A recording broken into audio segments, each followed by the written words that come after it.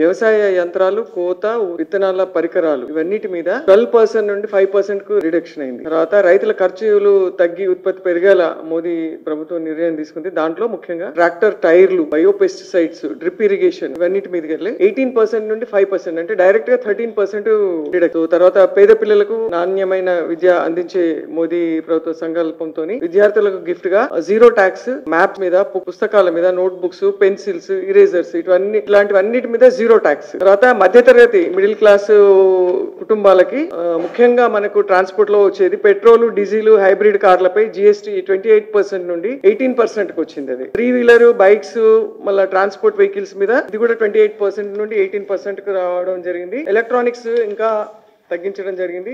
Main construction field లో cement లో 28% నుండి 18% కి, స్మాల్ కార్స్ లో కూడా సేమ్ 28% నుండి 18%, 3 వీలర్స్ లో 28 to 18, బస్సులు అంటే పెద్ద వెహికల్స్, ట్రాన్స్పోర్ట్ వెహికల్స్ ఇవన్నీ 10 సీట్స్ కంటే ఎక్కువ ఉన్నాయి, అవి కూడా 28 to 18%. అంబులెన్స్ సేమ్, లారీలు, ట్రక్కులు కూడా అదే రకంగా 28% నుండి 18%. తర్వాత ట్రాక్టర్లకి మాత్రం అవి వ్యవసాయ రంగానికి ఉపయోగించేది కాబట్టి ఓన్లీ 5% మాత్రమే ఉంది. తర్వాత సైకిల్ పార్ట్స్ అంటే స్పేర్ పార్ట్స్, సైకిల్స్ మాక్సిమం అందరూ ఉపయోగించేది కాబట్టి దాని స్పేర్ పార్ట్స్ మీద 12% ఇదివరకు ఉండేది, ఇప్పుడు 5% అయింది. అగ్రికల్చర్ మిషనరీ కూడా అంతే, 12% నుండి 5%. సోలార్, విండ్ ఇవన్నీ కూడా మనకు సోలార్ ప్రమోషన్, ఈ ఎలక్ట్రిసిటీ ప్రమోషన్స్ కానివ్వండి, విండ్ ఎలక్ట్రిసిటీ ప్రమోషన్ కానివ్వండి, దాని కొరకు కూడా ఇదివరకు కూడా సబ్సిడీలు 12% ఉండగా దాన్ని ఇప్పుడు తగ్గించి 5% కి తీసుకురావడం జరిగింది. పాల ఉత్పత్తుల మీద కూడా GST తగ్గించడం జరిగింది. పనీరు ఇట్లాంటి వాటి మీద జీరో ట్యాక్స్ కూడా ఉంది. Plant based milk, soya milk ఇలాంటివి 18% నుండి 12% వచ్చి 12% నుండి ఇప్పుడు 5%.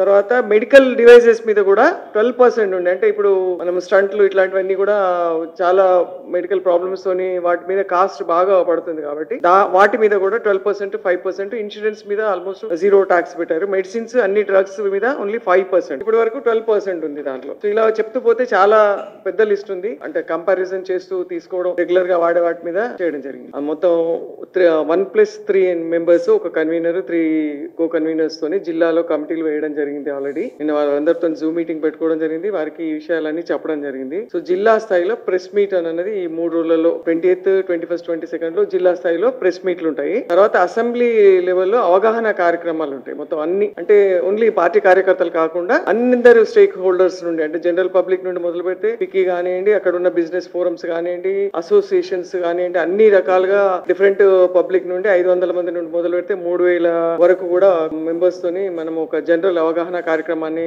నిర్వహించడం జరుగుతుంది. తర్వాత ముఖ్యంగా మేజర్ శక్తి కేంద్ర లెవెల్లో మనం అందరం ఈ పర్టికులర్ గా నరేంద్ర మోదీ గారు తీసుకునే ఈ నిర్ణయం అంటే ఇంతటి విపత్కర పరిస్థితులలో కూడా ఆర్థికంగా నిలదొక్కుంటారో లేదో, ఇది కూలిపోతుంది అని అన్న సందర్భంలో ఇలాంటి ఒక గ్రేట్ డెసిషన్ తీసుకొని ప్రజలకు ఉపయోగపడేలా చేయడం అన్నది వారికి అందరం ధన్యవాదాలు తెలపాలన్న ఉద్దేశంతో ఒక హోర్డింగ్ పెట్టేసి ఆ హోర్డింగ్ లో వారికి థ్యాంక్స్ చెప్పుతూ మళ్ళీ ఇక్కడ తీసుకొచ్చిన ఏదైతే 18%, 5% అన్న 2 స్లాబ్స్ తీసుకొచ్చారో దాని గురించి వివరిస్తూ కొన్ని ఐటమ్స్ కూడా అందులో డిస్ప్లే చేసేసి సోషల్ మీడియా ద్వారా కానివ్వండి, హోర్డింగ్స్ ద్వారా కానివ్వండి, టెస్టిమోనియల్స్ ద్వారా కానివ్వండి, ఎవరైతే బెనిఫిట్ పొందుతున్నారో 22nd తర్వాత ఎవరైతే పర్చేస్ చేయడం వల్ల వాళ్ళకు ఇంత డబ్బు తగ్గింది అని అంటే వాళ్ళతోని కూడా వీడియోస్ తీసుకొని మేము ఈ పర్టికులర్ ప్రోగ్రామ్ అందరినీ కూడా పబ్లిక్ లోకి తీసుకోవడానికి నిర్ణయించడం జరిగింది. ఎందుకంటే మోదీ గారు చేసిన కార్యక్రమము ఫస్ట్ రిప్రజెంటేషన్ మేము చేయాలా, మేము మా పార్టీ తరపున ప్రజలందరికీ అవగాహన కల్పిస్తే వాళ్ళు ఆటోమేటిక్ గా 1-to-1 అన్నది ముందుకు వెళ్తుంది కాబట్టి ఈ కార్యక్రమాలన్నీ రూపొందించడం జరిగింది. ఇది ఈ రోజు ఇక్కడ స్టేట్ లెవెల్ ప్రెస్ మీట్ తోని ఈ కార్యక్రమాన్ని ప్రారంభించడం జరిగింది. Thank you.